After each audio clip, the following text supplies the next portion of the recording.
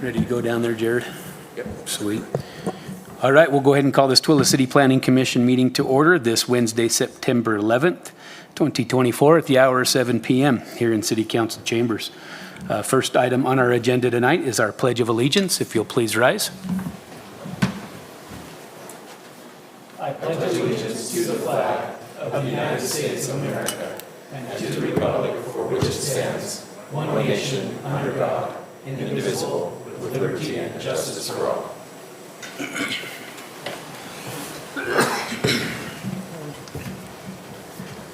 All right, number 2 on our agenda tonight is our roll call. Commissioner Dunn. Here. Commissioner Gossett. Here. Commissioner Robinson. Here. Commissioner Jensen. Here. Commissioner Anderson. Here. Let's please excuse Commissioners Hammer, Commissioner Proctor, and Commissioner Sloan. I'd like to recognize Council members Hansen and Manzione, staff members Hall, Agard, Mr. Hansen, and Mr. Baker joining us tonight. Number 3 on our agenda tonight is a public hearing and a decision. This is application 2024-046, a request by Mark Runyon and the New Life Christian Academy for a conditional use permit approval to allow the operation of a private school on property located at 411 East Utah Avenue in the R17 residential zoning district. Mr. Hall. Thank you. As you said, this is a request for conditional use permit approval. The R17 zone where this church is located, just a brief synopsis of what they'd like to do. There's already a church here, and they would like to run what they call the New Life Christian Academy, private school. It's very small at this point. It would be a small enrollment, limited enrollment, but it would be run right inside the buildings that are already used for the church. The zoning is R17. Across the street is mixed use Broadway, but this properties in the R17 does allow for things like the private school and for churches, but you have to have a conditional use permit to run those things. Just a few things to think about. Mostly we think about drop off and pick up for these kind of things, almost like daycare, but it's school. The property is actually well situated for that. There's some extended roadway here for parking, and you can come in the parking lot that's actually right here to the east of the building. So there shouldn't be any problems for drop off. It shouldn't cause any traffic issues with the number of enrolled kids. That was one of the main things we were concerned about. Talked to the applicants about that. The other things you'd want to think about were if there were going to be construction activities for this. They're going to use the existing building. If they have to make modifications for fire department or building codes, those modifications would all be interior. So we'd be looking at remodeling permits. They're not looking to expand the building at all and take up existing parking or landscaping. No changes to the exterior would be needed. I understand the fire department's already performed their review. Looks like everything's in order actually in that regard, so those things are moving along. The conditions that we've recommended as staff, we are recommending approval with just these 4 conditions that cover things like the fire department review, the fire codes and building codes, and getting those permits and abiding by the rules we have for when you're under construction, if they do need to do any construction at all, and then complying with the state standards for schools. Do you have any questions for staff? Let's bring this back to the commission for any questions or comments. What's the maximum capacity occupancy right now? For the church building? Yeah. I don't know the hard number on that. It's more than they're going to have for the enrolled students. When I spoke to their folks the other day, was 12 to 15. Very small at this point. The church is much larger than that. I'm not sure what the occupancy standards are on the big building, and they are slightly different for schools to assembly for churches for instruction, but the maximum number, they're never going to hit for the size of that building. All right. Any other questions or comments from the commission? All right. Thank you, Mr. Hall. This item does require a public hearing, and is the applicant here tonight? I'll give you some time after the public hearing if you would like to address the commission. You're more than free to. All right, we'll go ahead and open the public hearing for this particular item. If you would please approach the podium, write your name for the record, and state your name for the record for us.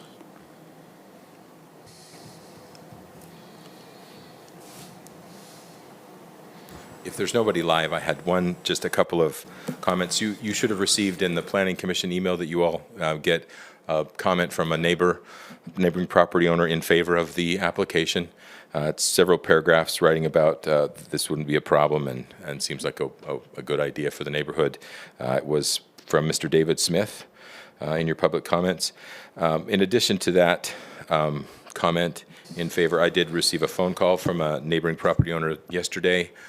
He wanted me to convey to you that he's not concerned about it. He was concerned about there being outside changes to the building, if there were any, and there's not intended to be. So he was in favor as well. And I wrote his name down, but his name is written down in my office, and I didn't bring it with me, but it'll make it into the files. Into the minutes, there you go. It'll be in the Perfect. files in the minutes, okay? And that's all I had, so thanks. His comment has been read into record. Thank you, I appreciate that. All right, I'll go ahead and close the public hearing on this particular item and give some time to the applicant if you'd like to address us. Unless there's any questions. Any questions from the commission? Doesn't sound like it. Thank you, sir. All right, we'll bring it back to the commission for further action. Mr. Chair, I move we approve the conditional use permit request by Mark Runyon for the private school operation at 411 East Utah Avenue in the R1 zoning district based on the findings of fact and subject to the conditions listed in the staff report dated 6 September 2024. I got a motion for to approve from Commissioner Robinson. Do I have a second? I'll second. And a second from Commissioner Dunn. Commissioner Dunn, how do you vote? Aye. Commissioner Gossett? Aye. Commissioner Robinson? Aye. Commissioner Jensen? Aye. Commissioner Anderson? Aye. I am Chairman Hamilton. I also vote aye. That one passes. And moving on to number 4 on our agenda tonight is a public hearing and a recommendation. This is application number 2024-040. A request by Amy Johnson to amend the land use map designation of 4.91 acres of property located at approximately 105 East, 1000 North from regional commercial to mixed use. Mr. Hall. Thank you. Again, as you said, this is a land use map amendment request, and I wanted to make sure that we started out by acknowledging that this is a request for land use map amendment, not a zoning map amendment. So this isn't a change to zoning that's current. We'll talk about all that in a moment. But again, also, this is also not a development application, although we have some concept plans that are associated with this application. And I believe the applicant tonight has some slides they'd like to show as well that'll go over that concept. I just wanted to make sure that it's understood as we get started that it's not a development application. It's a precursor to a request for a change of zoning. If they're successful in amending the zoning map, the land use map, I'm going to break my own rule about it. If they're successful in changing the land use map, then they would come back with a request for a zone change to support their conceptual ideas for the property. So we'll get more into that in a moment. The property, as you said, is 4.91 acres, just under 5 acres, that kind of wraps around the house there. This subdivision, the Betty Jean Skinner Johnson Trustee Memorial Legacy subdivision, got like 17 names. But this is a subdivision that's happening. This property that's remaining is in the same zone. It's in the RR1 zone as the other properties there. But that RR1 zoning is contained within this RC, or Regional Commercial Land Use Map designation. So what that tells you is that, in essence, this property is, you should assume that someone's going to eventually ask for a change of zoning, a change of land use map designation, or a change of zoning on the property. But this is a little unique in that they're asking for a change to this map first to go from regional commercial to mixed use. So I want to talk a little bit about mixed use and what that would mean. Because as you can see, most of this property along the Main Street corridor and back a ways is in that land use category, regional commercial. The mixed use category would, instead of supporting zones like regional commercial and research and development, would support mixed use general and mixed use Broadway. Those are the two mixed use zones that we currently have on the books in Tooele. Mixed use Broadway is written specifically for the Broadway area, so the likely candidate would really be mixed use general here, unless we were to entertain some new zone that was a mixed use zone as well, and make changes that way. Mixed use zones, as the name implies, they support the mixed use zones that would be supported by this land use designation, if it's granted, would support the mixing of commercial and residential properties or uses on the same property or in the same buildings in the same development. They support multifamily and mixed use developments like the proposed live work developments, and that is what the applicants are proposing to do if they're successful in the changes they're requesting. They'd like to do live work units on the property, and we'll talk about those in a moment too. Live work units would provide some diversity. We reviewed some of the goals of the general plan that this kind of a change might support. One of the things that we also looked at with this property and this request in kind of considering the the implications of the request is the access. Main Street's visibility is important for commercial uses. You want those drive-by views for your business. This property is a little bit off of Main Street. Doesn't have that drive-by visibility quite as much. And then the access, this will be a controlled access once the light goes in here at 100 East. And there'll be a median controlling access, so it'll be right in, right out. You'll only be able to turn right to get into the project, and when you leave the project, you have to turn right to get out, if the only access is from 1000 North. There's other options for access. They could negotiate access through these other buildings. There's a top end of the project, but they're not ideal. The project's concept plans that they've been looking at would just use 1000 North. So that's one of the things that we looked at in trying to put the report together for you all. What kind of constraints the site has, and do those make it a more viable candidate for mixed use, or a good candidate for something like the mixed use land use category, and the things that would bring. So talking about that, this is the concept plan they put together, and again, bear in mind this is just a concept plan to illustrate the kinds of things that they would like to be able to do with the property if they were given a mixed use land use category and then subsequently a mixed use zone. These would be the live work units. I think they're showing about 30, I'm going to get it wrong, 38, just kind of taking a road in, et cetera. Again, this is just a concept plan to give you an idea of what kinds of things might be coming. These are live work units that are, again, they look like townhomes, but that bottom floor would be a studio space, a commercial space, an office space, somewhere that someone could have a small business that does not rely as much on drive-by traffic as something else like a restaurant or whatever. They would be office spaces and studios, that kind of thing. And then living spaces would be up above. And they'll have more to talk to you about with respect to that tonight as well. And that's what I have, other than questions you might have for this application. I do think it's important to remember that it's not an application for development, as much as we're seeing depictions of townhome units, live work units, as much as we're seeing concept plans. These kind of things all take more than the land use changing. They take that zone changing, and then they take development applications that include finding water for these units if that needs to be done. This property I'm not aware of it having water rights associated with it, so that has to be worked out. Other access issues, how much density can we support here? Those things need to be talked about as part of the development if that comes to fruition. So, any questions for staff? All right, let's bring this back to the commission, bearing in mind this is just a land use map designation tonight. Everything he said, just kind of reiterate with what he said. It's not design elements and it's not design plans. So any questions from the commission? I have one, Yes, Mr. Chair. Commissioner Robertson. So Jared, I know that a lot of the numbers and things that will be worked out later on will be the determining factors for further approvals down the line. But recommending this change in the land use map, what does that have to do with not necessarily density, but number of units and businesses and all those kind of things that can go in there? What regulations will be associated with the land use change? Anything? Nothing at all. The zoning, Okay. you So change it's the the land zoning. use. Yeah, if you recommend land use change and the council subsequently views it and approves the land use change, the zoning remains RR1 until they've successfully navigated that. All right, so all those types of questions will be addressed when the zoning application comes forward, if it does? They would have to be, yeah. Okay. And we'd want to get into all of that. How much density does the MUG, for example, support? Right. And how much can be done here, or do we want to make changes to that? Can we limit that, et cetera? Those questions would have to be looked at very carefully for development purposes as we go forward. This is the first step of several. Good question. My only frustration, well, it's not really a frustration. Well, hell, it is a frustration. When we don't look at stuff like this up front, I don't mind doing this kind of change from something that's already zoned residential.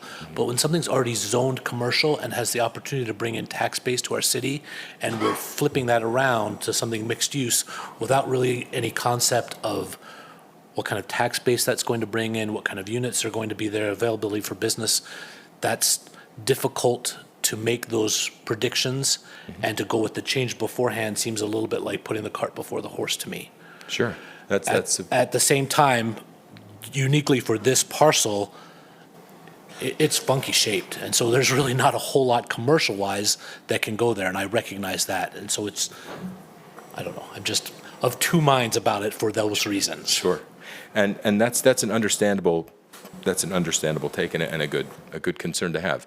You have to look at, when you make that land use decision, the most important thing to be considering is to me, as your staff person, the most important thing to be considering is what are the zones that you are saying, in essence, that you would consider supporting?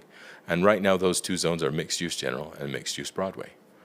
And those two zones are understandable. We can look at the densities of those zones. We can look at what they require in terms of commercial. It could be that you want to look at other constraints, at other zones, at new zones to be added before that change is made. But making the land use decision, just to be clear, making the land use change does not obligate you to consider either of those two zones. You might want to look at those kind of data that we don't necessarily have tonight, but we could look at. We could still look at those kind of data and then make a determination about zone change. It's a very good question. You know, we've had the similar incidents happen where the planet or the council created a new zone because of that, so okay, perfect. My man Andrew writes a lot of zones. You can always look at new things. Mr. Baker? You all know how much I have enjoyed the Missing Middle book. And I'll just point out that on page 164 begins a section on live-work spaces just like this that are being discussed, and that it is a recognized form of missing middle housing. So there are examples of it being done all over the country. And if any of you want to, ready for the next person to borrow it. Perfect, thank you. Any other questions from the commission? I've got a Comments? question. Yes, Commissioner Gossett. So if you go back to that other picture, that it was the one, yes. Yeah. So I know this is just a representation, it's not something we're voting on, but Yeah. if you look at that black line that separates the home from that property, it's right at the eaves of it, and I'm looking how close the units will be to the home. Right. What's the setback requirements? I'm sorry, and I'm not fully prepared to address that with it because it is just a concept, but Yeah. there are buffer requirements written into our design guidelines that would require that you do certain things. I want to say that there's at least 10 feet of buffer, and then there'd be a 10-foot setback with that as well. Okay. Don't quote me, but I think that's what it would be. Well, no, I was looking at that going, the way that line separates the home Yeah. from the property, it looks like it's right on the eaves of the And roof, it's- and I figured it wasn't. It's but- probably not correct. Yeah. It's not, it's just a simple concept. There's a setback to that home that when we processed the subdivision, we required the home to maintain at least its 10-foot setback for the zone that it's in. So there'd be 10 feet from the home to the side, and then there'd be the other side of the development. And we always look at those kind of things in the design guidelines. They tell us to buffer that with landscaping, with trees, and it requires a perimeter wall, et cetera. So it would be buffered for sure. But that would all, again, that's the point of, Yeah. it's a great question. That's why I'm always hesitant to include things like concept plans when we're talking about a land use decision, because on the one hand, the focus should stay on what the possibilities or the potentialities of that new land use designation are. On the other hand, our mixed use category, that's not the mixed use zones, but the mixed use land use category, says that design is of the utmost importance with this kind of thing and the detail that goes into design, et cetera, et cetera. So it's kind of forcing that issue and saying, before you make these decisions, you should at least see what they're proposing. So that's kind of why we're here. But Yeah, great question. I like the addition because it kind of lets us see into the future, gives us a visual aspect of what Yeah. could happen. Right. Not that it's perfect, but Yeah, exactly. great. Any As other long as you questions? keep that in Yeah. mind, that's all. Absolutely, yep. Any other questions or comments from the commission? I have a comment. Yes. I think it is a unique piece of property with the way the traffic pattern is going to be once they get the light and the median in and everything. And I know I've been to one pre-development meeting where somebody was looking at it, and it wouldn't work for their commercial process because of the traffic. So I think to utilize it, something like this might be a good fit because it is a little bit different. It's not going to be something that's not high traffic commercial, that still has some commercial aspect. And like Roger was saying with the missing middle, and it's kind of interesting because we've changed some stuff in our downtown area where we can add the living spaces and stuff a year or so ago, so I think it's kind of an interesting concept. Great, thank you. Everywhere I've seen these live workspaces, they've actually turned around neighborhoods completely. So I think on that particular parcel, the topography of it is just completely crazy. So if you can fit this in there, I think that it would be a good use for that. Still bring a decent tax base with the businesses below. Good questions, good comments. Anybody else? I wonder, I mean, this might not be germane to our topic, but how does that, like your primary residence, you don't pay 100% taxes with a business attached? Do they separate out the two? I mean, how would, that'd be the county that figures all that out, right? Yep. Would be interesting to know how that worked. A lot of math, Yeah. financial math at that. You can figure it out, right? Great questions, great comments. Anybody else? All right, this item does require a public hearing, and is the applicant here for this tonight? We'll have you address the commission afterwards. We'll just give you your own specific time. We'll go ahead and open the public hearing for this particular item. If you'd like to speak to this item, please approach the podium. State your name for the record and write your name for the record.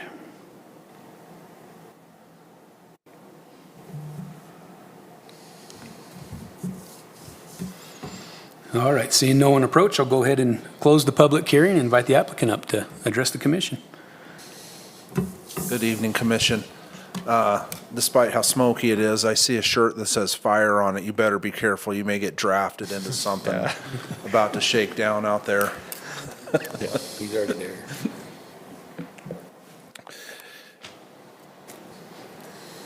Yeah, as the planner spoke to, I'll just be quick and brief on this. One of the things that we think is really compelling with this to the city is so much of the population leaves during the daytime. And so that population leaves and obviously spends more money on the other side of the mountain, creates more traffic. This is an effort to keep more of that population in during the daytime. This brings a farmer's market approach, but applies it to different businesses. Some potential businesses that would be in here would be a software developer, a 3D printing business, lawyers, accountants. It could be a nutritionist or a personal trainer, but brings kind of a boutique atmosphere and a way of these businesses of operating within this space. This concept, as has been mentioned, has been utilized in other cities with great success. I think with the unique size of this development, we have opportunity for additional parking that isn't had in other similar type developments. Yeah, I think that's about all I had to add. Did you guys have any questions from the commission? Bring us back to the commission. Do we have any questions for the applicant?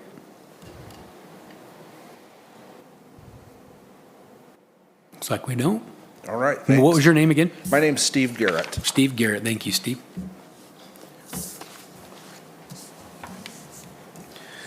All right, let's bring this back to the commission for any other further discussion, questions, comments. Okay, I'll entertain a motion.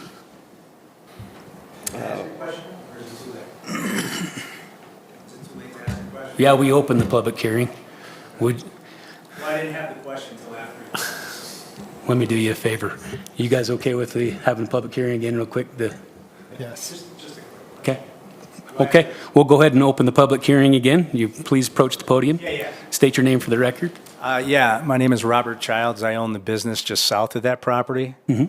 And it's zoned industrial, light industrial. So I was just curious, how the noise from the light industrial zoning area would affect the housing. The residents that would live there, if that would be a problem. And then the other question I had is that square box that was on the last slide that the applicant was kind of scrolling through but didn't mention anything on it. But it's landlocked, there's no way to get to it. Okay. Yeah, that's just site design, and we're not ready to even discuss any of that right Okay. now. So I'm sure that staff was taking your notes, and they will address that. But answering the question about noise, I don't have an answer for that. Okay. So, That's it. That's all I had. all right. We'll go ahead and close the public hearing and move this on for any other further questions or discussion from the commission. Okay, I'll entertain a motion. Chair, I move we forward a positive recommendation to City Council for application number 2024-4040, the request by Amy Johnson to amend the land use map designation of 4.9 acre property located at 105 East, 1000 North, from regional commercial to mixed use. I've got a positive recommendation from Commissioner Anderson. Do I have a second? I'll second. And a second from Commissioner Jensen. Commissioner Dunn, how do you vote? Aye. Commissioner Gossett? Aye. Commissioner Robinson? Aye. Commissioner Jensen? Aye. Commissioner Anderson? Aye. I am Chairman Hamilton. I also vote aye. This is a positive recommendation going up to the City Council. They will hear it next. So thank you for that tonight. Number 6 on our agenda tonight is our City Council reports. Ms. Manzione. Hello, Commissioners. As you know, we didn't have a meeting last week because we were at a conference sponsored by the Utah League of Cities and Towns. So we'd go and learn about recent legislation and housing issues that will be coming up. And we were able to talk with other cities of like sizes and different sizes and about some of their issues. So it was a great conference. We learned a lot. But I did just want to mention one thing, and that was that we had the same development at a work meeting, whenever the last meeting was, and it's we talked about many of the same things. So it's great, to hear that we're kind of on the same page. We're all looking out for the best interests of the city, and we've noted your comments, and of course we'll take those when it comes to City Council. But great conversation. We just appreciate your service on the commission. So any questions for me? Well, we appreciate you coming and joining us. Any questions for the council? Great. Okay, Thank you. thanks. Appreciate it.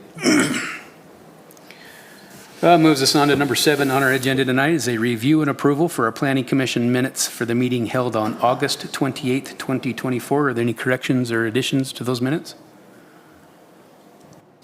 Hearing none, I'll entertain a motion. I move we approve the minutes for August 14th, 2024. Got a motion to approve from Commissioner Jensen. Do I have a second? I'll second. And a second from Commissioner Anderson. Commissioner Dunn, how do you vote? Aye. Commissioner Gossett? Aye. Commissioner Robinson? Aye. Commissioner Jensen? Aye. Commissioner Anderson? Aye. I am Chairman Hamilton. I also vote aye. Those pass, and they're always in good order. Appreciate that. Number 8 on our agenda tonight is land use training. Mr. Agard, Mr. Hall, who do we get the privilege of? Sweet. So public, we're going to do some training for Planning Commission tonight. You're welcome to stay and enjoy this with us. If not, you're welcome to leave as well. Thank you.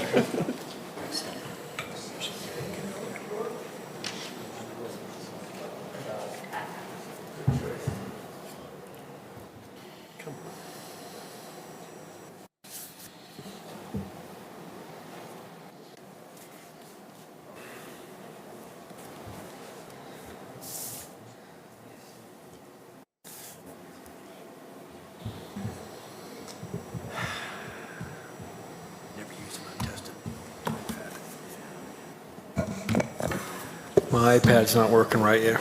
Just give me just a second.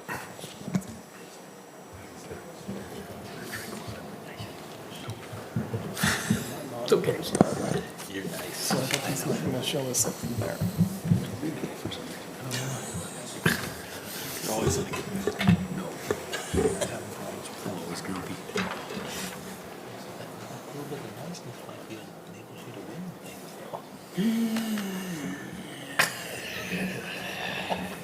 It comes out every now and then.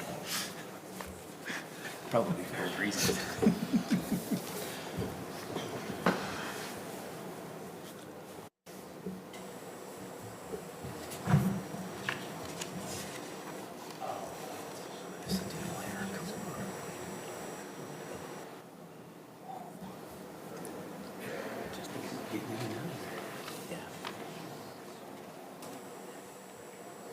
Hope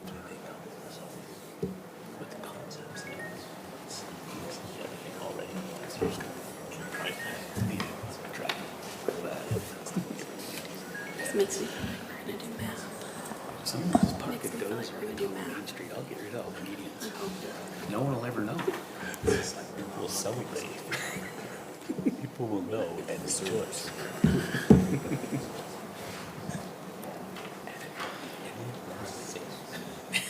Nope. Tyson, did you send Tony over? Why did you say Tyson? I know a few Tysons, but I started thinking, well, he's right, maybe it was you. Yeah. Do you know him very well? Yeah, he used to live with me. He's a good dude, good operator. See? Yeah, he's always been just the word. So Yeah. if we can make one for people that have to take care of you. Ebert or something. Just, Yeah. Yeah, he's tried his own business and he's done everything he can and like just equipment and enjoy life for a while. yeah. That's what you need to be doing. Yeah. Yeah, like Dustin's right across the street. I don't know if he's got any room, but you ask. I've actually been trying to hire somebody. I just don't know. It's like maybe like have guys just in equipment all day. You know, that's all that is. I'm fixing things. And, you know, that's more our focus. We're putting new subdivisions. We're looking at a loader all day or an excavator all day. But if you're interested, I'll try you. So, yeah, I'll just bring you feed my family man. And, He worked salary for a while. Didn't water mains and all that. I kind of know Alan, but he was always cordial to me and pretty nice to me, you know. But I don't know that he necessarily liked me because we were competition, you know. So he was always like seemed like a decent guy, you know. But I thought, well, I don't know if I should call him because he might. I don't know him good enough to know if he just steer me wrong just because. He's not in the plumbing business no more. No, he's not. So probably wouldn't matter. He's driving truck. Oh, is he? He just wants to live out his years and finish it up. That's good. Retire There's a lot of days I feel like that too. every day. Yes.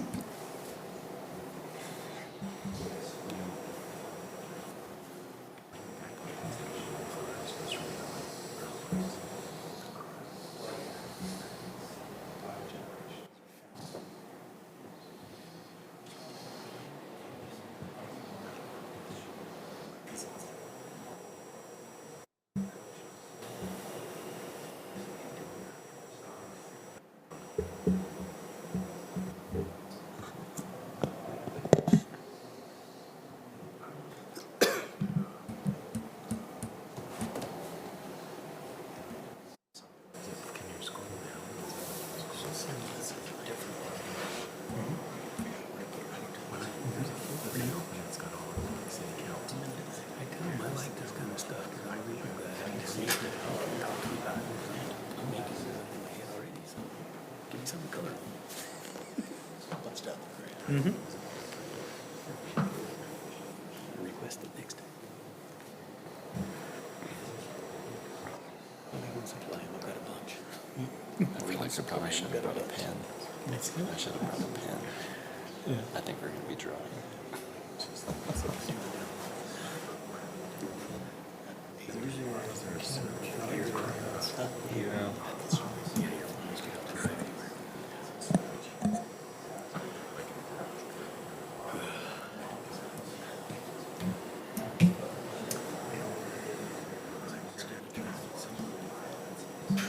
Okay.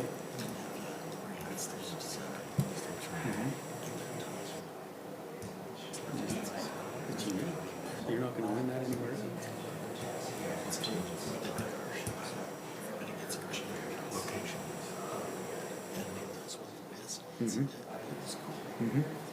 Yeah, it's because of Roberts, they didn't have to do this year.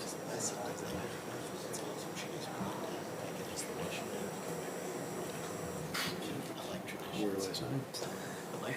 10 years, 20 years, how many years you want? Let's sign it out for 50. You'll be fine, yeah. No issues. You might have metal knees by then, for sure. Sorry, guys. I think it'll work.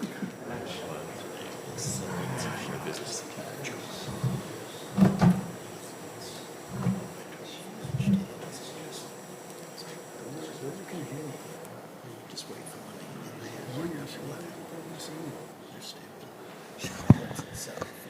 Thank you for your patience. Sometimes I love technology, sometimes I despise it. Never use an iPad that you're not familiar with. It's just sitting over there with the little wheel spinning and it's not connecting. I don't know why. They're good for soccer. So Go back to the old tried and true iPad, the one that works. But appreciate your patience. So as you know, the Planning Commission is required to have a total of 4 hours of training every year.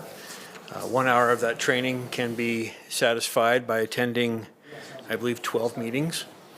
And then you have to have 3 hours of training you can either obtain on your own, or we as staff can provide that for you. So we need to get some training done. Most of you are sitting at about 2.5 hours, so we need to get about another hour and a half in before the year ends. So I hope I don't bore you to death tonight with this. For the more seasoned planning commissioners, this is probably going to be a rehashing of things that you're very well familiar with. For the newer commissioners, hopefully I can teach you a little bit about subdivisions and site plans and not bore you to death. I do have a lot of slides, but we'll be moving through those fairly quickly. And then I've also got some activities that we can do to tinker with some subdivision design and some site plan design. But I've divided this into two different sessions. The first one will be subdivision review, and the second one will be site plan design review. And I'd like to just go into the differences between those two review processes. And if you have any questions or comments, you can interrupt me anytime and ask them, no problem. And then for those three commissioners that are not here, if they look through the minutes or listening to this meeting, they can easily reference this training on YouTube, on the video, and get the time that they need for that as well. So first of all, I'd like to dive into subdivision review. The Planning Commission has seen quite a few subdivisions come through to them in the past, and I just want to get into the nitty-gritty aspects of subdivision review with you and just talk about it. So first of all, where does the city and the Planning Commission get its authority for subdivision review? Well, it comes from state law, as you know, particularly the Land Use Development Management Act. That authorizes us to create a subdivision ordinance, and the city's subdivision ordinance is Tooele City Code, Chapter 7-19. This is the ordinance that we use to review subdivision applications as they come to the city. It's not the only ordinance that we use. There are other ordinances within Title VII that we do utilize to help review subdivisions. A good example of this would be our supplementary and qualifying ordinance. It actually has language in there regarding lots as well. So there are quite a few ordinances that we utilize when it comes to reviewing subdivisions. These ordinances provide us with our standards and our processes. They give authority to the Planning Commission, and they also include language on amendments and vacations, which we'll talk about a little bit later on. But first of all, what exactly is a subdivision? Any ideas? An area subdivided into specific lots in size and width? Yeah, pretty much. The city ordinance actually has a definition of a subdivision. It is any land vacant or improved which is divided or proposed to be divided or re-subdivided into two or more lots, parcels, sites, units, plots, condominiums, tracts, or other division for the purpose of offer, sale, lease, or development. So you can subdivide property for many reasons, just a change of ownership, to lease, to build on it. It doesn't have to be vacant ground. It can be occupied ground. Okay? And we see subdivisions that do take a developed piece of ground and split it up, and that is for usually ownership purposes, for the purpose of sale. Those get a little more complicated because we have to deal with making sure we're not creating non-conforming land uses and situations, but it can be done on built-out properties as well. So, who can subdivide land? What are your thoughts on that? Property owner. Property owner can subdivide land. Can anybody else subdivide land?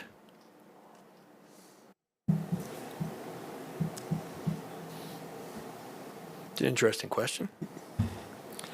Any person who owns land may subdivide. Any person who has an indirect or direct interest in land may subdivide. Any person acting as an agent may subdivide, and any corporation. So if you don't own land, but you represent a corporation that owns land, you may work for that subdivision. If you have authorization from the landowner, you can work to subdivide land. So the only ones that really can't subdivide land are somebody who doesn't own it and doesn't have a direct interest in that land, okay? Now, you've seen a lot of subdivision plats. They've come through, we usually flash them on the screen, but we really don't get into a lot of detail about what's included in a subdivision plat. So let me ask you this, what is a subdivision plat and why do we have them? Why do we place so much importance on them? The legal description of the property. Say that again? The legal description of the property. Yes? Those borders and delineations within the property. Okay.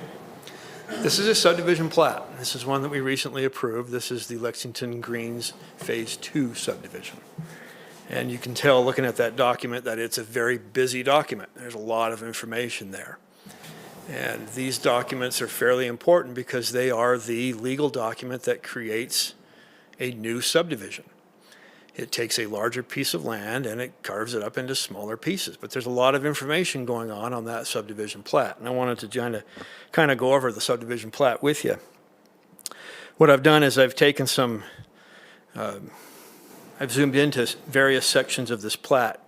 And so the area you're looking at is indicated in the little red square on the reduced copy of the plat. One of the things that a subdivision plat does is it creates the new lots. So it takes a larger piece of land and it divides it up into smaller pieces. Subdivision plats usually include the lot number, they include the lot sizes, they will include the dimensions of the lot, and you'll notice the dashed line going around the boundaries of the lot. That is a public utility easement.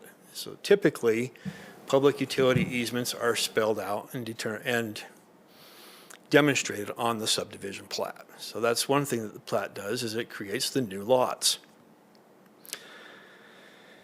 Subdivision plats also create the dedicated right-of-way. Whenever we do a subdivision, we have to make sure that the lots have the appropriate access. You can do public streets, but typically subdivisions occur on public roads. The plat is the document that ultimately dedicates those public roads over to the city. The city then takes ownership of those roads and maintains them in perpetuity in the future. But it is the plat that determines the land and the description of those rights-of-way that are dedicated to the city. A subdivision plat is also a legal document that provides the opportunity to the city, to the county, as well as utility providers to review and approve the subdivision, to make sure that the subdivision meets the standards the city has set for them. It's important to have some of the utility companies look at it because the utility companies are the ones that are providing the services. Dominion Energy and Rocky Mountain Power, particularly, we have them sign the plats because they provide an important utility. The subdivision plat gives them an opportunity to review the subdivision, to make sure that it will work according to their standards, and then they are required to sign the plat before it can be recorded. The same as various city agencies, particularly the attorney's office, the city engineer, Mr. Paul Hansen, signs our plats. So the plats always include the signature blocks, which basically are the authorization to get the plat completed. As mentioned before, the subdivision plat also includes a legal description that is written by the surveyor. This is the description of the property prior to subdivision, so it would be the entire parcel that is going to be developed. I find this one kind of curious and quite interesting. I don't know if you're familiar with how land is divided throughout the county, but there is and I'm not an expert on this, maybe Paul might know better than I do, but the land in the county is divided into townships, which is, I believe, are 1 mile square. And those townships have sections and so forth, and those townships are determined, or they are marked by monuments. So at each corner of those sections, there is a monument. And the plats will include a description of where those monuments are. And I've highlighted some of the language there. But these monuments are important because this is how a surveyor will lay out the subdivision. So in order to find an exact location of a property line, they will measure back to where that monument is, and that is how they do their surveys. And so if you were to buy a lot within this subdivision and you wanted to have it surveyed, they would utilize this plat and the information to those monuments to do the survey. So the plat has a lot of information for survey purposes as well. And then there is the ownership dedication, or the limited liability corporation acknowledgement block. This is basically where the owner of the land would sign and officially authorize the transfer of property to the developer, as well as the transfer of the public properties to the city for ownership. So we have to have the property owner sign those before we can record the subdivision. And then, of course, there is the recorder's block at the bottom of the page. The recorder will fill this out when they sign, or when they record the plat. They'll add a book and page number and put it into the permanent records. At that point, the plat is recorded, and they go about adjusting the county parcel maps, assigning tax identification numbers, and the subdivision is official. So instead of having the large parcel, you now have 72 smaller parcels and a bunch of public roads. So that's the subdivision plat, and it's an important document that we review very closely through the final plat process. It's not the only document that we review when we're doing a subdivision. We also review utility plans, site plans. There's sometimes landscape plans, but those don't have anything to do with the creation of new lots. Those are just part of making sure those lots are buildable and usable. We can't approve a subdivision that does not have buildable lots. Okay, so. All right, let me ask you this. Are there different kinds of subdivisions?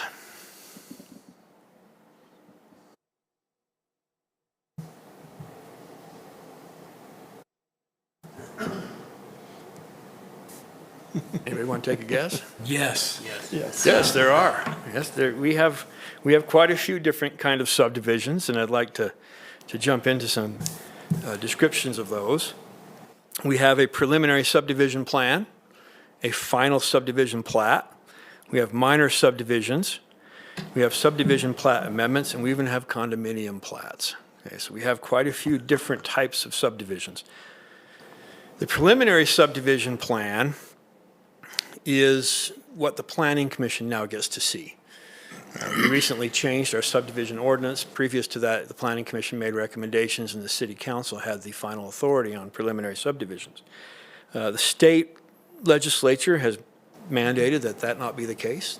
They want the City Council out of the administrative aspects of subdividing, and so the Planning Commission is now the sole land use authority for preliminary subdivisions.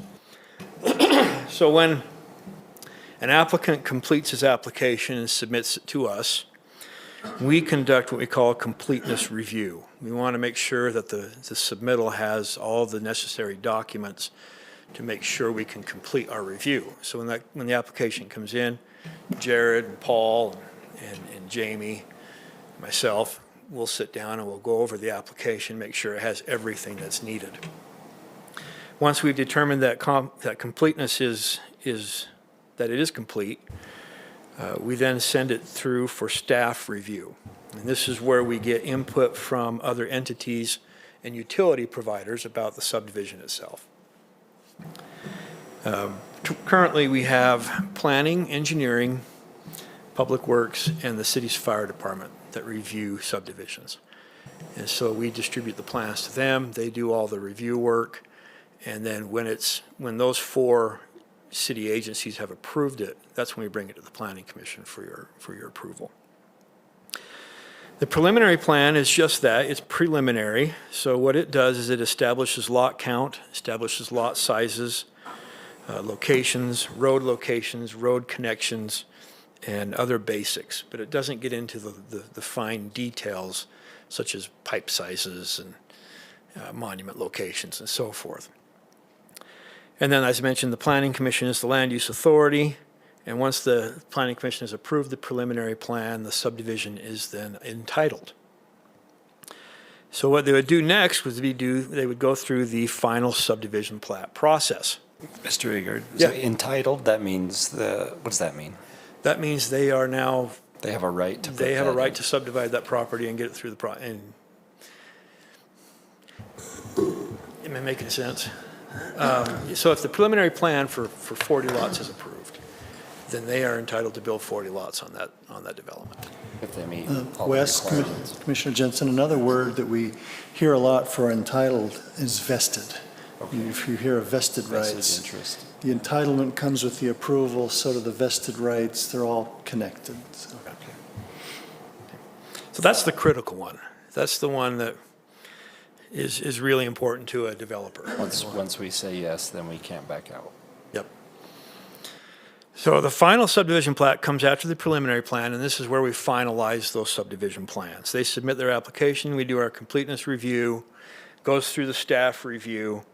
At this point, when we approve it, it does not come to Planning Commission. Final plats are approved administratively. So we then have the applicant submit a Mylar, which is usually a plastic film of the subdivision. And we then send the applicant through the process of obtaining signatures.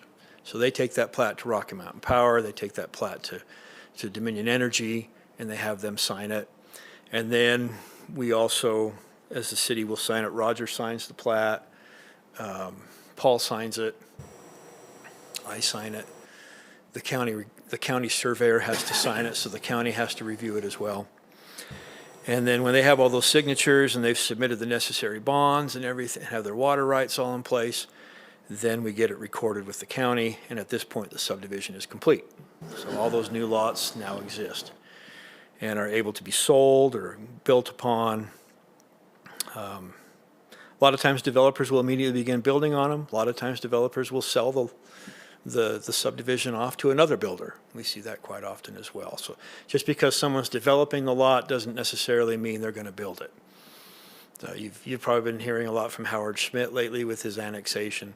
He typically does the entitlement work, but then sells the subdivision to Richmond American or Meritage Homes, and they build the homes. So, and that's fine. They can do that. There's no problem with that. Minor subdivisions. Minor subdivisions are subdivisions that involve less than 6 lots or do not involve any public right-of-way dedication. So if somebody comes in with a subdivision for 3 lots, but they have to dedicate right-of-way for a public road, they then are kicked into the preliminary subdivision process, have to go through the preliminary and final. I have a question about that. So would it be like an entire road, or like if it's just part of a frontage they have to dedicate, would that still make it Any dedication. any dedication Yeah, at all? so even if I've seen them where even if it's just a little radius, a little corner radius to complete the rounding of a corner, if they have to dedicate that, we have to put them through the preliminary process. What a minor subdivision is intended to do is to make the process more simple for a smaller subdivision. And it basically combines the preliminary plan and the final plat into one application.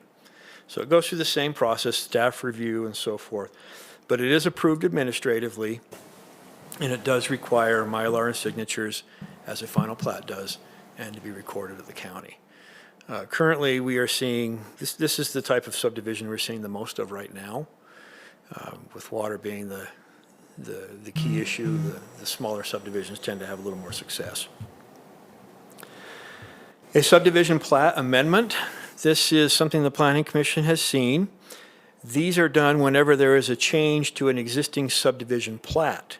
It can involve moving a lot line or consolidating a lot, an easement vacation, or even a road vacation. These are still approved by the Planning Commission as the ordinance hasn't hasn't been updated in regards to subdivision plats. The state only required, or in regards to plat amendments, the state only required us to deal with the preliminary and final. So in regards to a subdivision plat amendment, one thing to remember is an amendment moves something on the plat and a vacation removes it. So if it's an amendment, that means they're shifting a line or they're moving something within that plat. If it's a vacation, that means that an easement's coming off or they're vacating a road they don't need anymore. But we handle those through the subdivision plat amendment process. And then we have a condominium plat. You've seen some of these come through lately. These are a little different from a standard subdivision because they're not dealing with the division of land itself. A condominium plat is dealing with interior space or space inside of a building. And so these go through more of a little different process. The city attorney is more involved in a condominium plat. These are approved as well by the Planning Commission and the City Council, as our condominium ordinance hasn't been updated as the subdivision ordinance has. But it is a little different in that it's creating interior space. And the plat that's submitted has to have pretty clear specifications about what space is going to be privately owned. How high it is, how wide it is, does it include the sheetrock, the paint? It has to have some more specifications, but it doesn't involve the division of land. Okay, so that's a brief overview of the types of subdivisions that we deal with in Tooele. So let me throw another question out for the Planning Commission's consideration. What is a parcel of record? You ever heard of that term?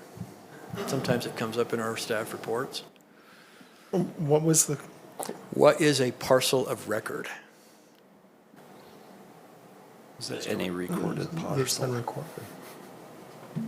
Any ideas? Okay. A parcel of record is an existing lot that is not included in an established subdivision plat. Usually these lots are older and they precede current subdivision standards. So we have some subdivision plats. The oldest ones I've seen go back to I've seen a couple of them from the 60s. And so lots that are older than that usually predate our current subdivision ordinance. And so they are created differently than using a subdivision plat. They're created through what we call meets and bounds legal descriptions, which are based upon that basin and range township land system. And they are older. They are not created the same. But if a parcel of record wishes to subdivide today, we do require them to go through the subdivision process, and they then become platted lots. Okay, so they are no longer parcels of record. Does Tooele City have a lot of parcels of record? Yeah, we Yes. do. Yeah, we have a lot of parcels of record. Pretty much the older sections of town are all parcels of record. And these are interesting lots because a lot of times they have some pretty significant nonconformities with them that we have to deal with. But there's quite a few of them out there, and we have to address them when they come in.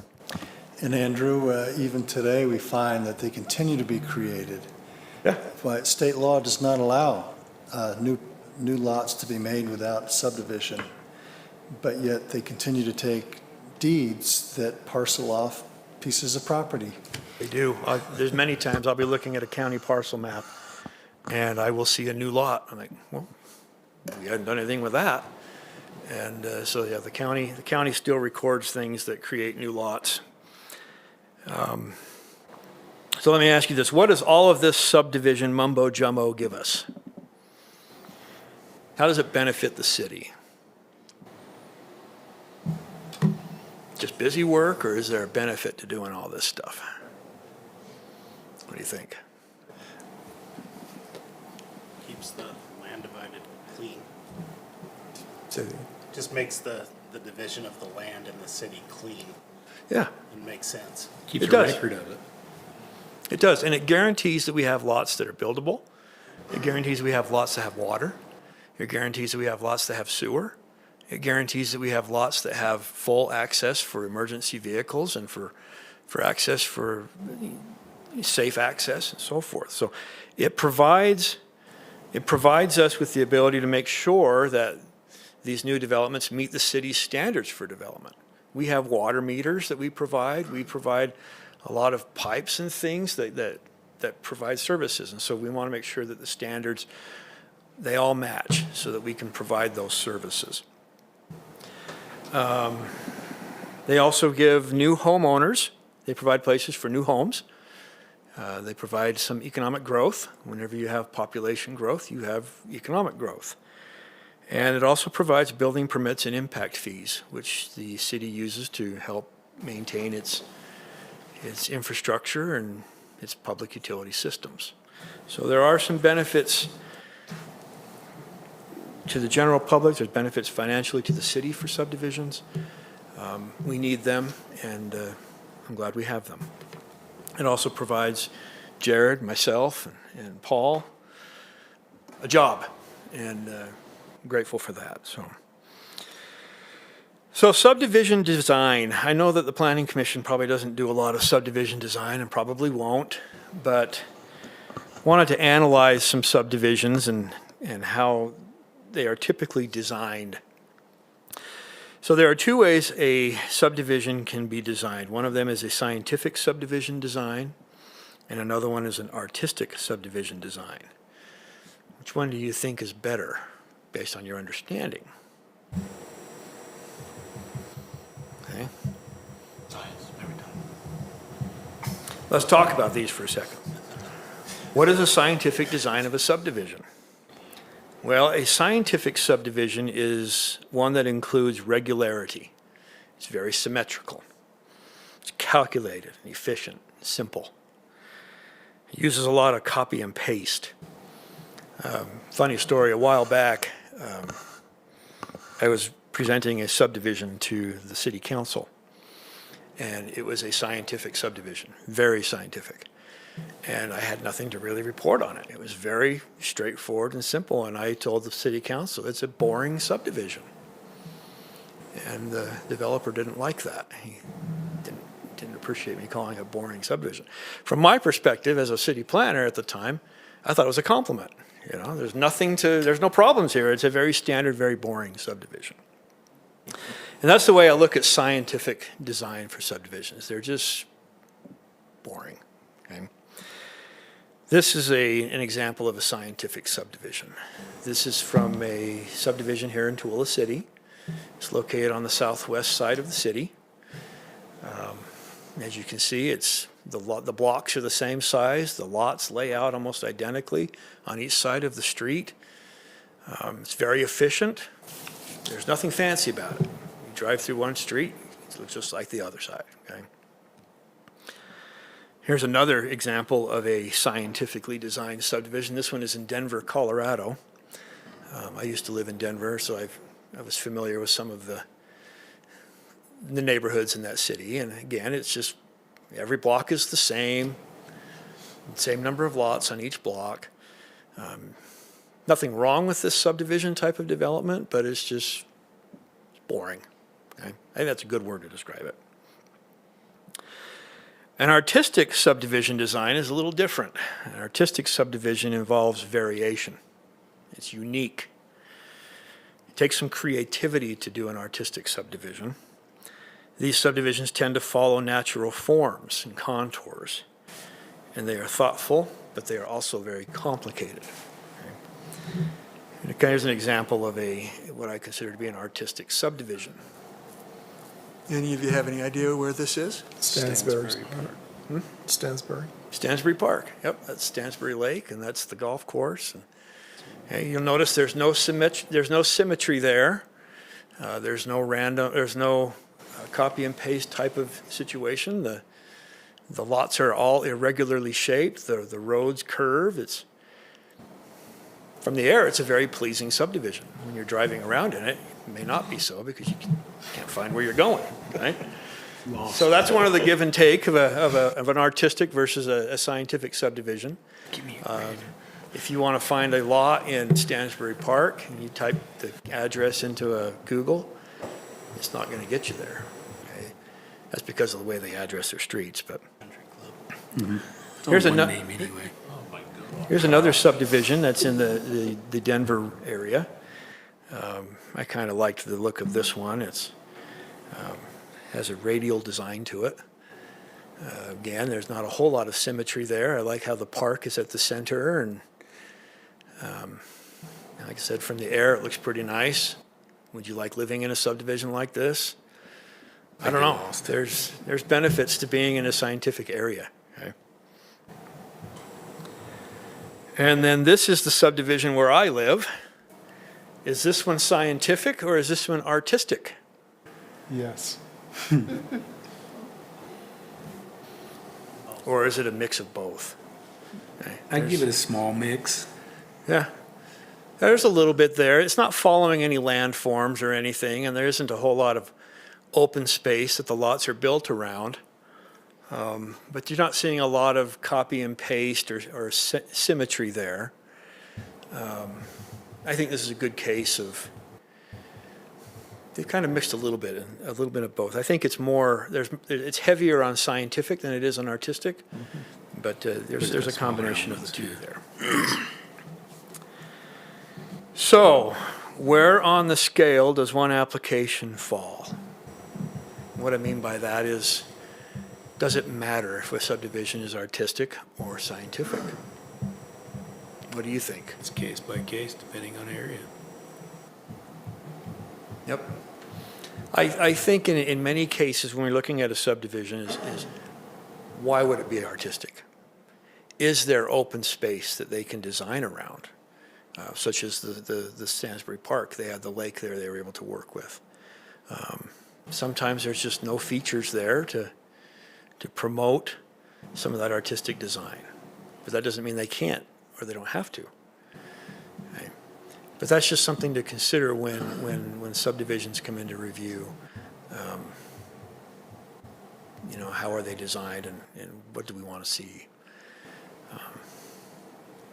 And again, there's also the appropriate balance that we also need to consider as well. So I do have an exercise for you on your desk in front of you is a map that has this parcel. If any of you need a pencil, I've got some pencils. Okay.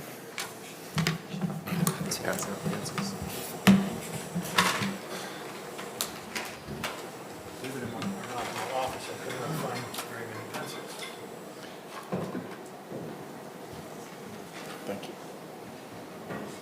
I did a red light in it. I might need that instead. It's got an eraser. I might eat the eraser too. So what I would like you to do is take a quick stab at designing a subdivision using these parameters, okay? The red dots on the map on the screen represent connections to existing public roads. I believe the document you have shows little tick marks where those roads are. This subdivision has 70 lots. So see if you can lay out a subdivision that includes 70 lots with the roads and connect to those points of connection. And then we'll see how close you come to the actual subdivision design. How wide the road is? So is that like how wide the road is? Huh?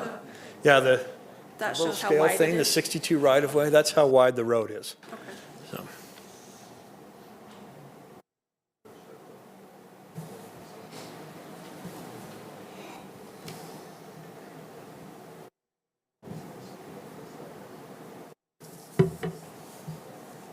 I'm gonna go get a drink of water.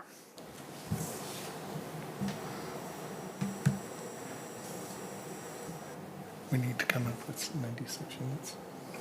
What's that? What did he say? It's at 70. 96? 70 lots. Oh, so. The person who gets the closest is awarded one of the lots in this existing subdivision, just so you don't, no pressure. No pressure. We got a prize.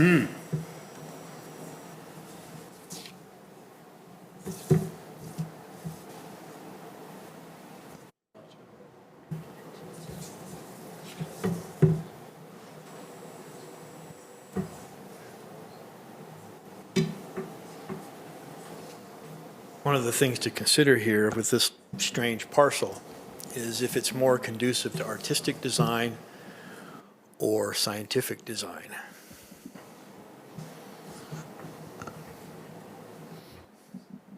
Give me a good eraser.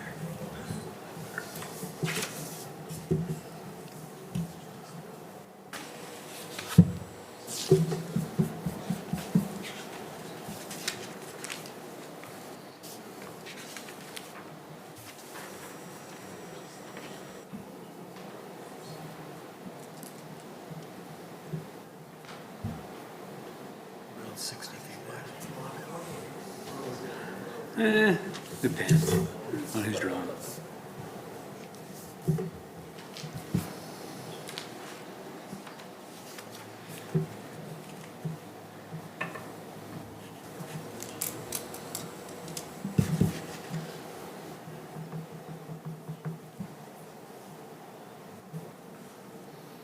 I don't like this game.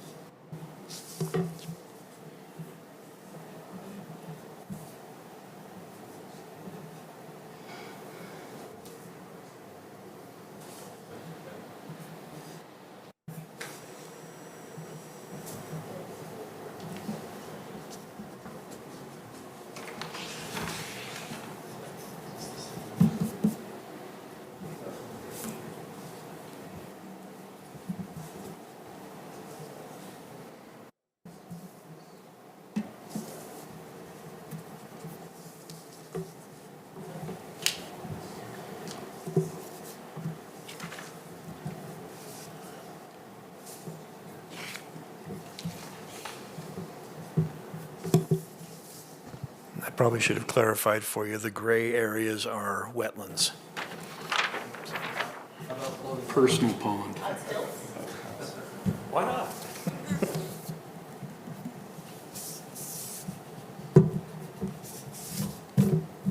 My fishing pond, stay out of it.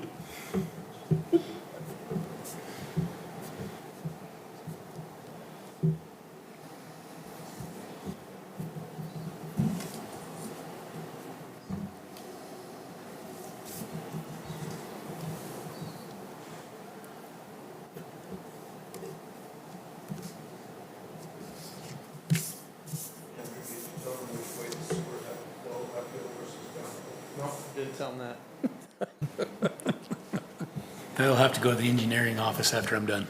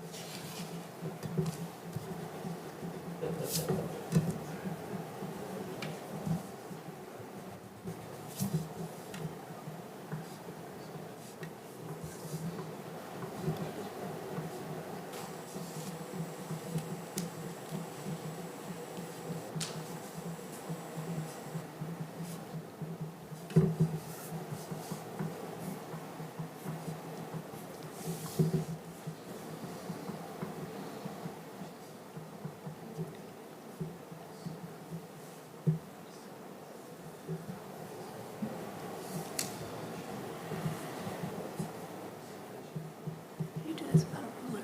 How do you do this without a ruler?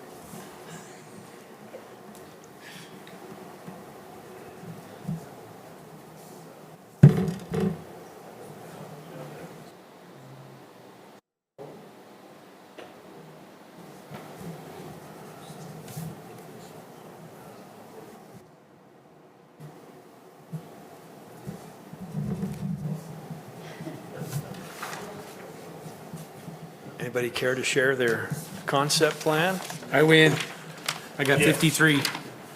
No way in 60s hell I'll feet. fit 70 in there.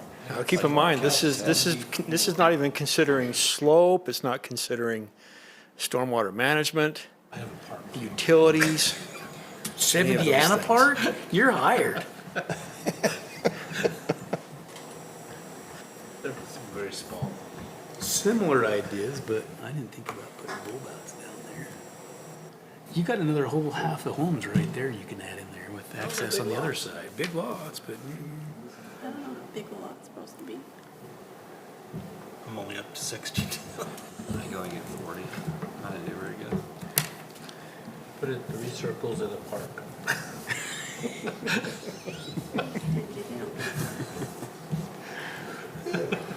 See some creativity here. I'm just making. see this one right here, this is my personal pond. That's why everything's blocked out around it. Stay out. Stay out. This is mine. Mine. What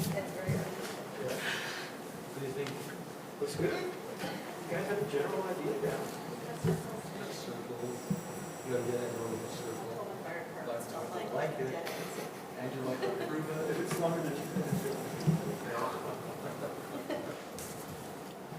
Councilman, remember, the city doesn't provide water rights though, so if you really want that, then this is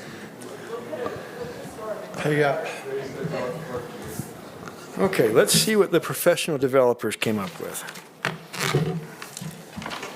That's the subdivision that was actually built. Close. Mine's close. Mine was close. So if you came close to that, I didn't even. you're in good Could position. have added 2 more houses in there. What I don't see in there is there aren't any cul-de-sacs. So if you have some cul-de-sacs, I didn't have any cul-de-sacs. I only got Okay. 2. is this an artistic design or is it a scientific? Yeah, that's artistic. You can see how artistic would have to play into a property like this. So in many cases, how you design a subdivision depends on the type of property that you get to develop. If it's just a square piece of land, it's a lot easier to do a scientific design on it than it is if you have an odd-shaped piece of land like this. Okay? So that doesn't take into account, like I mentioned, other issues that we have to look at with subdivisions. You know, stormwater management, slope. There's quite a few things that we have to consider when looking at these. Topography. Yep. Okay. Well, I've been talking to you for a while now. Let's burn through this really quick. I have one more activity I'd like you to do. Site plan design. The Planning Commission reviews site plans quite often. And the authority for site plan design comes from two main codes in our code. That is Tooele City Code 7-11, which is the design review code, and then Tooele City Code 7-11A, which is design standards for multifamily residential. What is a site plan? A site plan is a development plan that shows existing conditions of the property, shows the location of existing and proposed buildings, drives, parking spaces, landscaping, open space, drainage facilities, lighting, utilities, and signs. It can also show the location of building pads and some surrounding conditions on adjacent lots and parcels. A site plan does not create new lots. Okay, that's the difference between a subdivision and a site plan. The subdivision creates new lots. The site plan does not. The site plan is exclusively oriented towards construction on the lots. Okay. Is it the same as a subdivision review? I just covered that. What kind of site plans does the Planning Commission review? There's a couple that the Planning Commission will look at. Commercial site plans, only if there's a design review element. Okay. Otherwise, the Planning Commission does not see commercial site plans. Now, the Planning Commission does see every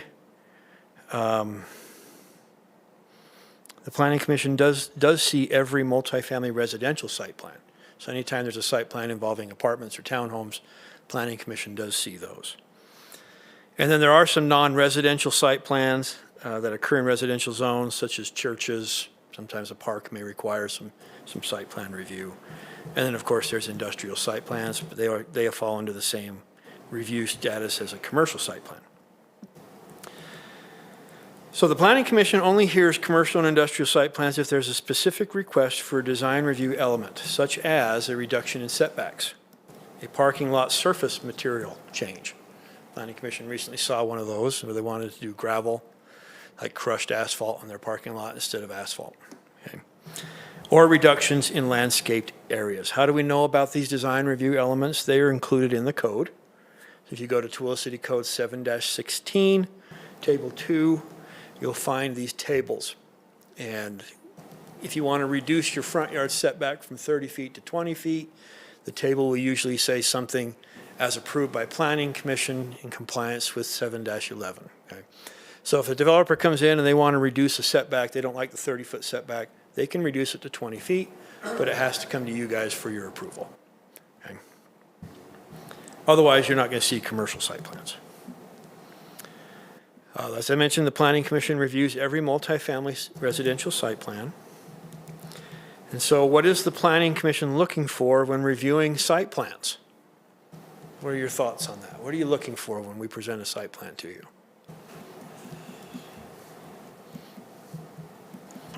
Functionality. Setbacks. Okay. The Planning Commission is looking for conformance to the city code. That's it. Does this site plan meet the city code or not? Okay. Now, typically, when we bring a site plan to you, we've already reviewed it with a fine-tooth comb, and we can recommend approval, saying this plan meets the code. And then you can, approve the site plan and move it on. But sometimes doesn't necessarily always happen, and I'll explain that later. The question for you, can the Planning Commission require an applicant to relocate a building simply because they don't like where the building is proposed to be located? The Planning Commission can only require a proposed building be relocated if the proposed location is in violation of the city code. So if in your review of a site plan, you determine that it is not in compliance with the setback, you can require the building to be moved in compliance with the code. Okay, but you cannot require it to move just because you don't like where it's located. Okay, if it meets the code, if it meets the standards, that's it. Okay? If you guys are doing your job, we won't even see this. Exactly. So, And I'll touch on that a little bit later. sweet. Can the Planning Commission require more trees if it believes more trees are needed to add appropriate screening to adjacent properties?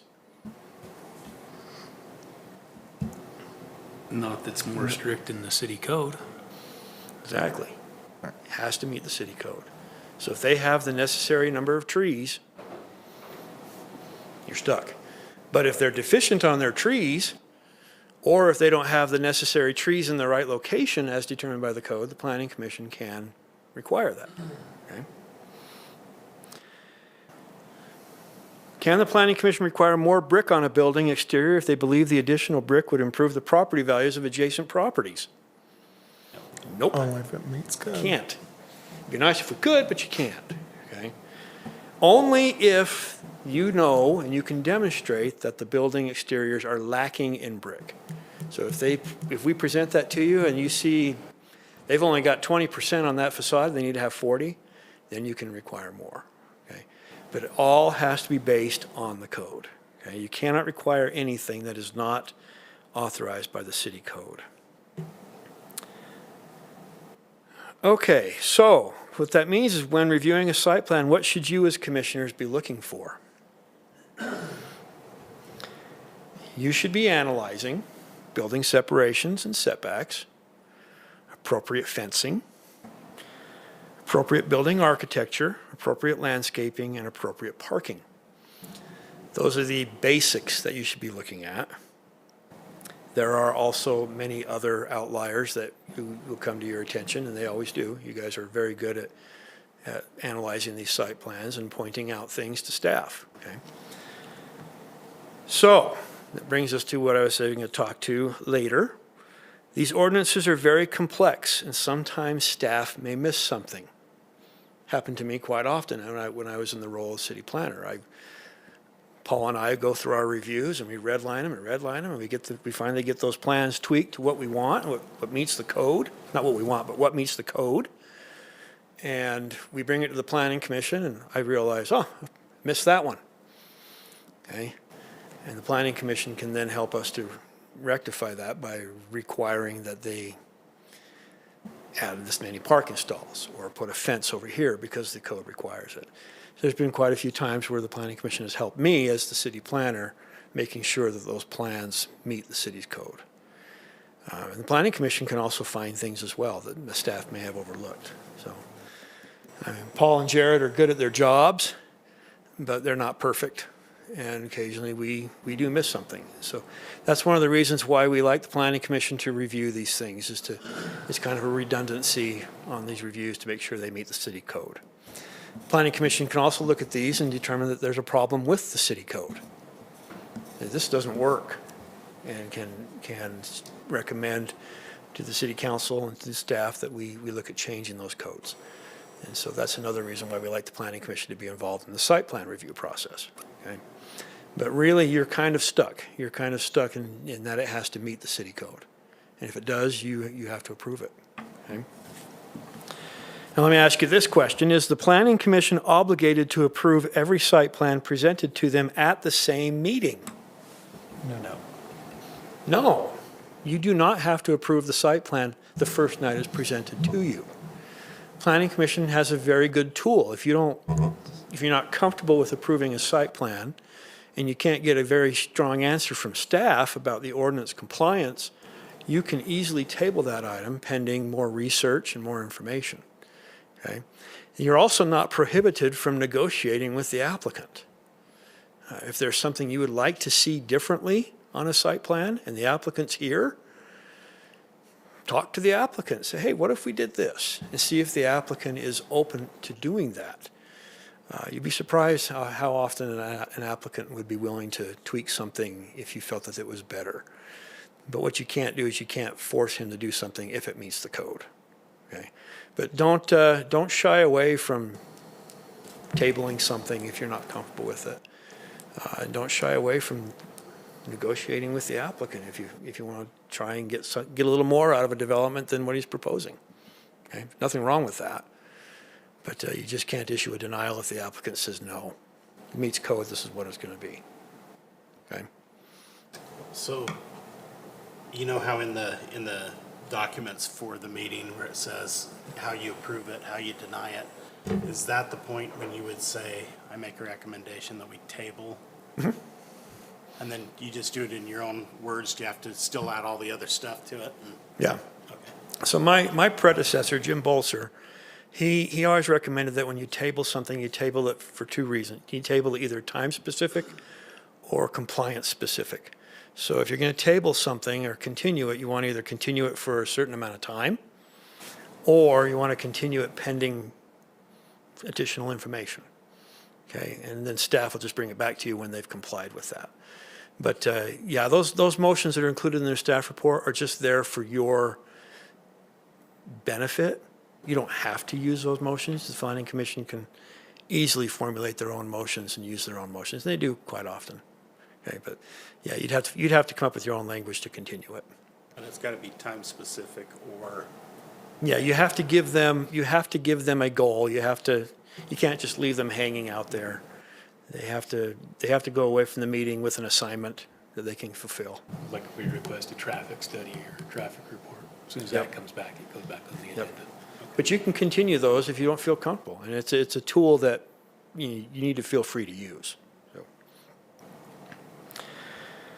Okay, I have another exercise for you. This one is pretty similar to the previous one. This is a piece of ground that I was involved with in development in Riverton. It is a multifamily townhome development that sits on the corner of two public streets. Your sheet of paper there includes three little, templates for a fourplex townhome, a threeplex townhome, and a twoplex townhome. Now, this property was developed into 96 townhomes, including 30-foot wide roads with only two accesses onto those public streets. So trying to consider appropriate building separation and roads. See if you can lay out 96 townhomes on that property. See how close. Public road 30 feet? What's that? Is the bottom public road 30 feet? Well, see that little, at the top, that little equals 30 foot, that little black bar? Gotcha. That's a scale as to how wide 30 feet is. Yeah, just go ahead and sketch like crazy. It doesn't have to be anything, but see if you can throw 96 townhomes in there and with 2 accesses and see what you come up with. And then we'll show you what was actually developed.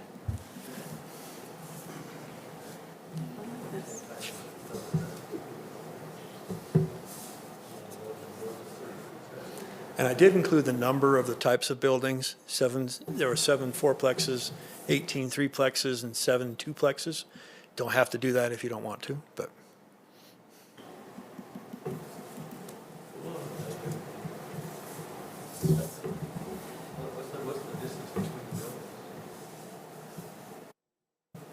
Three inches.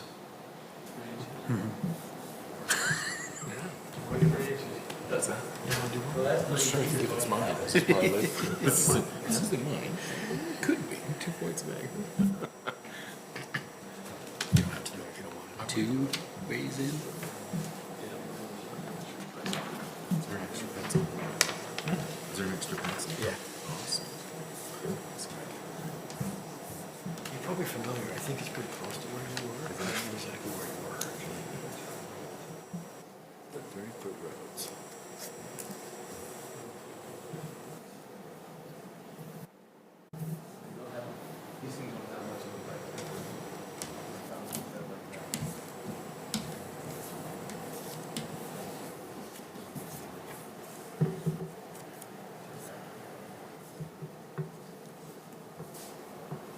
Man, Presley cut these little templates out. Man, it was hard explaining to her what I wanted her to do. Was it? So you want 9 of them for each sheet?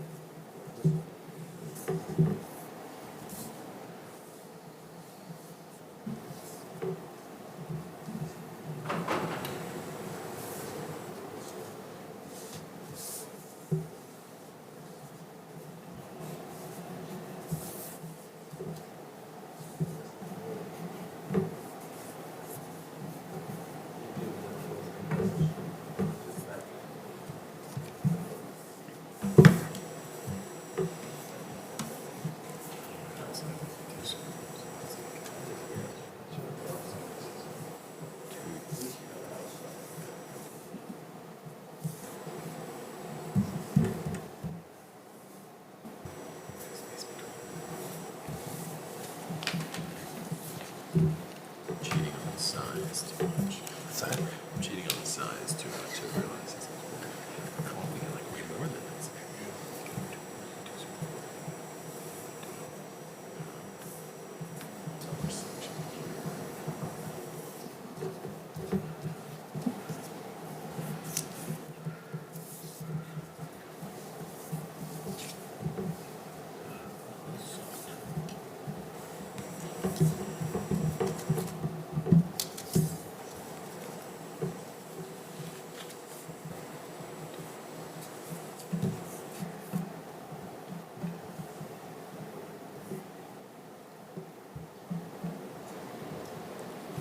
I'm going back to being an antique dealer.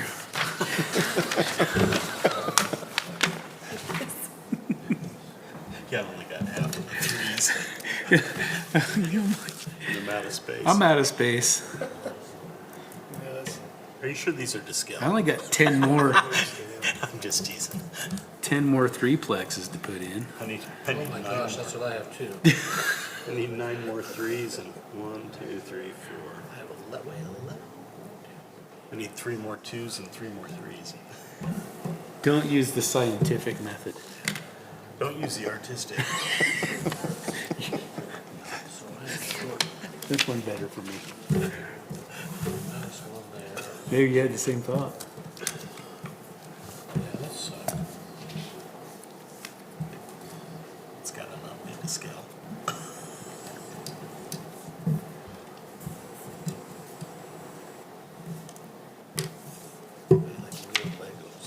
Yeah, give me some Legos.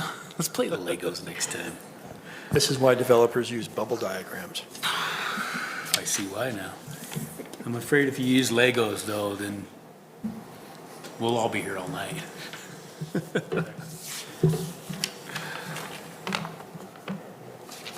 Anybody want to share their proposals? Really?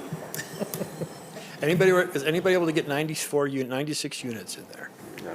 And still accommodate for roads? And Come on, Kelly, I know you did. I don't know.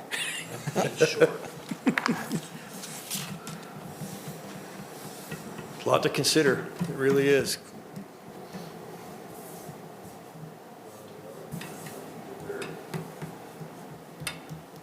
I had to turn them the other way.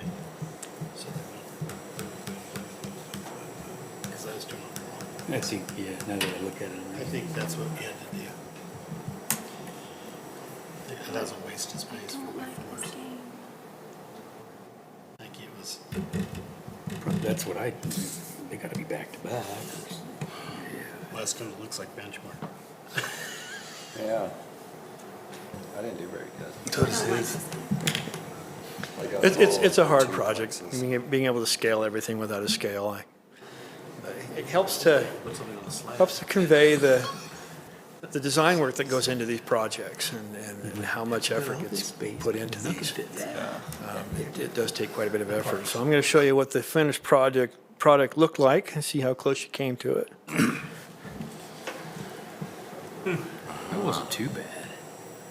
That's how they did. That's how they built it. They even got empty space. Yeah, they had space in there too. Did you live there, Jared? No, but I was doing this all wrong, just so you know. Completely wrong.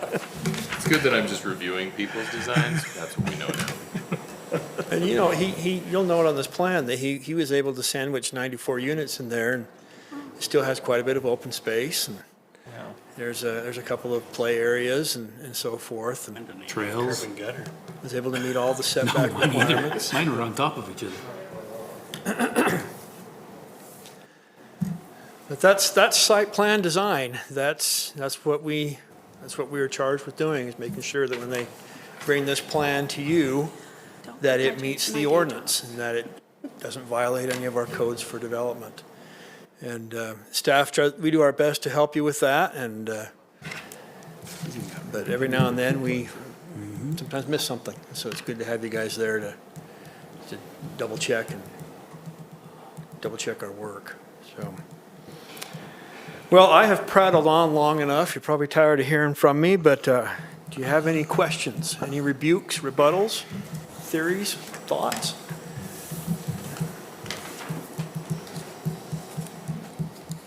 No? Good. Are there any specific training subjects you'd like me to bring to you next month? In October? I was thinking of bringing ethics to you. Ethics is always a good training, but anything in particular? We've already done powers and duties and subdivision design.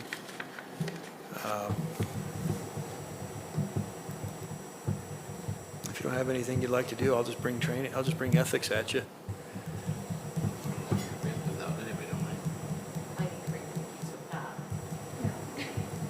We won't say no. It's on the record too. She said she's bringing cookies. Okay. Well, I think I've been yakking at you for more than an hour, so that ticks off an hour on your training requirement. So Thank you for listening to me, and you guys do good work. Glad we have you on our commission. I appreciate everything you do for us, so, thank you. Thank you, appreciate that. Any questions or comments for Andrew? Says thank you. All right, Matt's favorite time of the night. I'll entertain a motion. We are adjourned. Thank you, Matt. Yeah, it's right.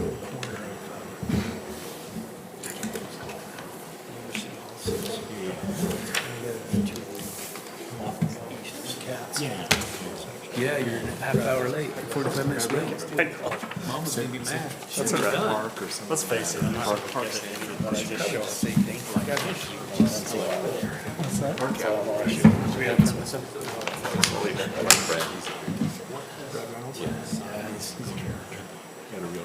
He'd come in and see me and go, no, I've got a project I want to talk to you about. I know you have a special relationship with Mike Brodsky, but I'd still like to talk about this. What are you talking about?